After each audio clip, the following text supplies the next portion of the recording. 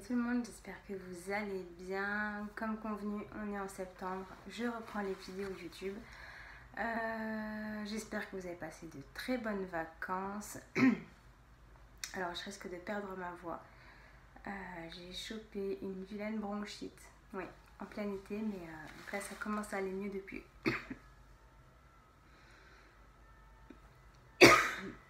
aujourd'hui. Donc je vous ai fait il y a un mois ou deux je crois une petite vidéo pour vous dire voilà, on va faire une petite FAQ pour la rentrée. J'ai fait pareil sur Instagram, j'avais noté les questions, j'avais fait des captures écran et j'ai tout supprimé. Donc j'ai que les questions de YouTube, il n'y en a que 6 mais c'est pas grave, ça va vous faire une petite vidéo. J'espère donc que vous avez passé de bonnes vacances. Nous tout juillet nous avons... non, tout août, on a profité d'être avec papa puisqu'il était en congé, donc on a pas mal bougé. On est parti quelques jours sur Antibes chez des amis, donc du coup Hugo il a pu profiter de la piscine. On a vu des tatas, des tontons, de la famille du sang, de la famille du cœur, puisque voilà, on a vraiment plein de nouveaux copains maintenant grâce aux réseaux sociaux, donc ça c'est super. On a fait quoi d'autre? On a fait pas mal de trucs, mais j'ai déjà oublié. Bref, on va commencer tout de suite les questions. En plus, Hugo va bientôt se réveiller de la sieste, donc je vais faire très vite. Donc la première question, quel métier fais-tu? Est-ce que tu penses reprendre bientôt? Les questions, je les ai notées vraiment vite fait, j'ai pas tout, tout noté exactement. Question par question, mais voilà, la première en gros c'était quel métier fais-tu, est-ce que tu penses reprendre bientôt le travail? Eh bien j'ai repris le travail cette semaine, j'ai repris le mardi 4 septembre, c'est pas facile du tout. Donc j'ai déjà une chance énorme d'avoir pu rester jusqu'aux 6 mois de Hugo avec lui. J'ai de la chance d'avoir eu mes 5 semaines de congés payés de 2017 que j'ai pu mettre au bout de mon congé parental que j'ai pris, donc j'ai pris 2 mois. Je ne pouvais pas plus tout simplement pour une question d'argent comme la plupart d'entre nous. Sur un congé parental, on touche, enfin moi je touche à peu près 400 €. Ça paye même pas la moitié de mon loyer, donc autant vous dire qu'on a tenu quelques temps comme ça, mais pas plus. Et puis de toute façon il faut bien retravailler un jour ou l'autre si on veut subvenir aux besoins d'Hugo. Et quel métier je fais? Donc je suis auxiliaire de vie. Je m'occupe de personnes âgées et de personnes handicapées. Je les aide dans leurs gestes au quotidien. Donc ça peut être préparer leur repas, aller faire les courses, sortir avec eux en balade, du ménage, toute l'aide que je peux leur apporter est la bienvenue pour eux. Il y avait une question un peu plus loin qui me disait envisages-tu de réduire ton temps de travail? J'ai exigé de ne plus travailler les dimanches puisqu'avant, je vous rappelle, pardon, je travaillais soit le samedi soit le dimanche. Là j'ai dit stop au dimanche, maintenant c'est pour ma famille. Donc je ne travaille plus le dimanche, j'accepte un samedi sur 2 et j'ai aussi exigé de finir le travail à 19 h. Normalement je finis à 20 h, mais là voilà, on a un nouveau rythme de vie avec Hugo et à 20 h, 20 h 30 au grand maximum, il est au lit. Si je quitte le boulot à 20 h, je ne vois pas mon fils de la journée, donc c'était impensable pour moi. Je ferai une vidéo sur le mode de garde qu'on a choisi. Donc voilà, donc j'ai réduit mon temps de travail de 150 heures, je suis passée à 135 heures, donc j'ai baissé un tout petit peu mes horaires. Ensuite, deuxième question, comptes-tu avoir un deuxième enfant? Si oui, vas-tu commencer bientôt vu le temps de délai qu'il y a pour les examens? Alors, on m'aurait posé la question il y a 3 mois de ça, je vous aurais dit dès 2019 on recommence. Maintenant j'ai réfléchi plus sagement, je je ne prends pas de contraception. Si bébé 2 naturel arrive, tant mieux. Sinon, j'aimerais bien recommencer pour 2020-2021. Voilà, Hugo sera plus grand, il aura 3-4 ans.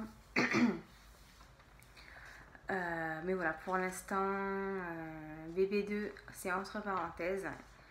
Et voilà, s'il arrive miraculeusement, s'il arrive naturellement, et ben, je serai la plus heureuse, ça c'est sûr, parce que j'ai envie de revivre une grossesse, j'ai envie de revivre un accouchement. Enfin voilà, c'est tellement merveilleux. Je veux le vivre une deuxième fois, mais voilà, un petit peu plus tard. Ensuite, il y avait une question. As-tu oublié ton parcours après la venue d'Hugo? On l'oublie, mais on ne l'oubliera jamais. Dans le sens où tous les jours, je ne me dis pas ah oui, j'ai fait des piqûres pour avoir Hugo, ça a été dur. Non. Au jour d'aujourd'hui, je vis ma vie de maman pleinement. Par contre, quand je vais rencontrer des gens et on va discuter, j'ai rencontré des personnes cet été et en discutant, on s'est rendu compte en fait qu'on avait quasiment le même parcours. Donc là, oui, les souvenirs reviennent, on échange sur ben tiens, moi j'ai fait une FIV, toi qu'est-ce que tu as eu, enfin voilà. Des fois, quand je prends l'autoroute direction Nice, là j'ai un gros flashback. Je me revois à 6h du matin, prendre la voiture, partir aux échos, tout ça. Mais on l'oublie sans l'oublier. Voilà. Et forcément, des fois, quand je vois mes cicatrices de la cilioscopie, il y a toujours, voilà, il y a mon petit parcours qui revient. Il y a des musiques aussi qui me rappellent mon parcours PMA. Je pense surtout à 2 ou 3 chansons. Surtout du Julie Zenati que j'écoutais beaucoup après ma célioscopie. Voilà, c'est vrai que c'est des musiques qui sont pas très très joyeuses, mais voilà, c'est des musiques qui me rappellent d'où vient Hugo. Ensuite, il y a une jeune femme qui me dit qu'elle est enceinte et qu'elle a peur d'avoir une épisio, donc elle me demande si j'en ai eu une, comment je l'ai vécu, comment voilà, j'ai vécu tout ça. Donc oui, j'ai eu une épisio. Si elle regarde cette vidéo, je t'invite à regarder mon récit sur mon accouchement. J'ai eu donc Hugo ne pouvait pas sortir tout seul, donc j'ai eu les ventouses, les forceps. Et forcément, ensuite, on a fait une épisio. De toute façon, quand je suis arrivée en salle d'accouchement, j'ai dit tout de suite à la sage-femme que je voulais une épisio s'il devait y avoir une déchirure. Je ne voulais pas que ça se déchire, que ma peau se déchire par elle-même.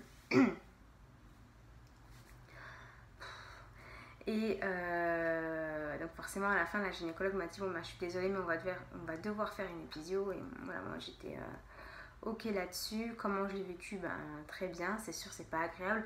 Je rassure tout de suite, quand on accouche, on ne sent rien.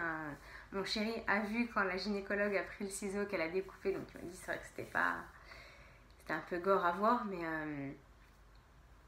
moi je l'ai bien vécu, c'est pas agréable. Donc comme je l'ai dit, quand le médecin coupe, on ne sent rien, c'est vraiment ben voilà, quand la péridurale ne fait plus effet, que tout se réveille là-bas. Voilà, on sent que ça tire, c'est pas agréable. Quand on fait pipi, ben, ça pique un petit peu comme une infection urinaire. Mais voilà, plus les jours avancent et mieux ça va. Moi, j'ai quand même dû mettre des petits ovules pour apaiser un petit peu les petites douleurs, puisque à mon rendez-vous postpartum, 1 mois et demi après, quand mon gynécologue me faisait l'auscultation, ça me faisait mal à la pénétration, donc des doigts du médecin. J'avais eu un rapport ou deux avec mon chéri avant, c'était très désagréable, ça faisait mal, je crois même qu'on avait arrêté, je me souviens même plus. Mais voilà, plus les jours avancent et mieux ça va. Et ensuite, j'ai une future maman qui me demande comment reconnaître les pleurs de bébé, comment le comprendre quand il pleure. Au tout début, les enfants font les pics de croissance et les pleurs du soir. Le pic de croissance, alors ça arrive, donc j'ai le fameux soir, comment on appelait ça ma sage-femme, la soirée Java ou je sais plus, c'est le 3e ou 4e jour de vie de bébé, là, enfin 3e ou 4e nuit de vie de bébé, où le bébé fait le bordel pas possible, il pleure, il pleure, il pleure, il pleure, apparemment beaucoup de bébés ont cette petite période. Ensuite, à 3, 6, 9 semaines, 3 mois, 6 mois, il y a les fameux pics de croissance. Le bébé n'est pas bien du tout, du tout, du tout. Et là, vous passez de belles nuits blanches. Le bébé pleure. Donc moi, Hugo était encore au sein à 3 semaines. Et je me souviens qu'il passait ses nuits à téter. Donc je dormais sur le canapé. J'avais Hugo avec moi au sein. Forcément, moi, je m'endormis par petit quart d'heure, par petite demi-heure. Et ça, c'est vraiment difficile à vivre, les pics de croissance. Ensuite, il y a les fameux pleurs de décharge. Partir, pareil, de 3 semaines à 1 mois de vie. Et le bébé, le soir, pendant 1 heure ou 2, il pleure. Il pleure, il pleure, il pleure. Et rien ne le console. Des bisous, des câlins, un bain, le biberon. Vous aurez beau faire tout ce que vous voulez, le bébé pleure. Donc il faut être là près de lui, lui parler, lui dire que c'est pas de sa faute, qu'il peut pleurer autant qu'il veut, qu'il peut se décharger de toutes ses émotions. Un bébé, il peut s'exprimer que par les pleurs. Donc il décharge tout sur ces pleurs-là. Ensuite, vous avez aussi les coliques. Généralement, vous le voyez quand c'est des pleurs de coliques, il a tendance à être tout recroquevillé sur lui, il pédale beaucoup avec ses jambes. Mais en fait, ça c'est l'instinct maternel, vous allez très vite le comprendre. Par contre, le pic de croissance, il faut le savoir, et les pleurs aussi du soir. Ensuite, vous allez très vite connaître votre enfant. Quand je dis très vite, ça ne veut pas dire en 3 semaines vous allez le connaître par cœur. Mais il y a des routines qui vont s'installer. Vous allez comprendre quand il va pleurer, quand il aura faim. Forcément, quand vous allez voir l'heure, vous dites l'heure du biberon arrive. Si c'est des pleurs parce qu'il est fatigué, maintenant Hugo, depuis 2 mois, je sais que, donc depuis ces 4 mois, je sais quand il est fatigué, qu'il faut qu'il aille à la sieste. Son pleur est différent du pleur de maman j'ai faim. Mais tout ça, ça se fait au fur et à mesure des jours et des semaines et des mois. Là, Hugo a 6 mois et 2 semaines et demie, quelque chose comme ça. Bref, maintenant, je le connais par cœur. Mais c'est vrai qu'il y a des jours, il va chouiner, et vous aurez beau lui donner à manger, lui faire prendre le bain, il y a des jours, il faut qu'il chouine, qu'il soit ronchon, c'est comme ça. Mais c'est très rare. Hugo, c'est un enfant qui est très très très agréable. Donc voilà pour les questions qui étaient sur YouTube. Sur Insta, je me souviens même plus. Pourtant, j'avais fait des captures d'écran, mais mon téléphone était saturé. J'ai tout mis sur une clé. Du coup, j'ai tout supprimé du téléphone. Et en triant les photos de la clé USB, c'est parti avec. Donc voilà. Pour faire le point au niveau des vidéos, j'en ai déjà filmé 3 ou 4 début juillet. Je vais essayer de tourner la vidéo de la semaine prochaine puisque c'est sur la diversification alimentaire d'Hugo. Je vais vraiment vous expliquer comment j'ai fait pour introduire les purées et les fruits. Et ensuite, il y aura 4 voire 5 vidéos qui sont déjà filmées. Je sais même pas si je précise quand je fais la vidéo que c'est en début juillet. Là, je vous avoue que c'est mon temps de midi, je repars bientôt pour le travail et j'avais pas le temps. En fait, c'est pas que j'ai pas le temps, c'est que je profite tellement du coup que là, mon ménage est fait, il est à la sieste et j'avais un petit peu de temps, j'avais une demi-heure devant moi. J'ai dit bon allez, je filme la vidéo, mais sinon j'ai pas vraiment le temps. Donc peut-être que les vidéos seront plus toutes les semaines, mais peut-être une semaine sur 2 ou je sais pas.